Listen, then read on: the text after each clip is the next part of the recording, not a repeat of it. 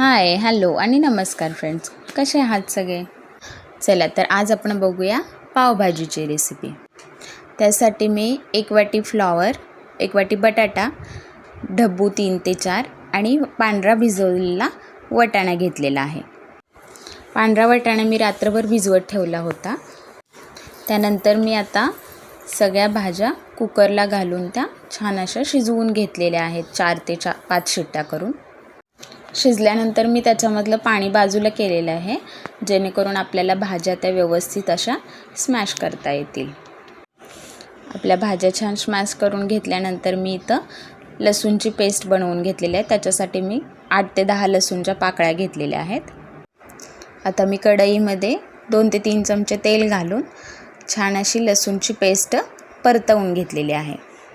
लसूण golden brown झाल्यानंतर मी चिरून घेतलेला कांदा त्याच्यामध्ये घातलेला आहे. मी 2 मोठे कांदे ह्याच्यासाठी वापरले होते.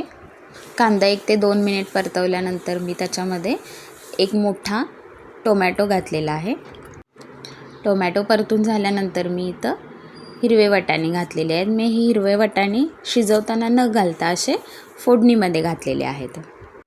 त्यानंतर मी इथं 2 चमचे पावभाजी मसाला घालून घेतलेला आहे. 1 चमचाभर मिरची पावडर घातलेली आहे. तुम्हाला हवं त्यानुसार तुम्ही मिरची पावडर कमी या जास्त करू शकता.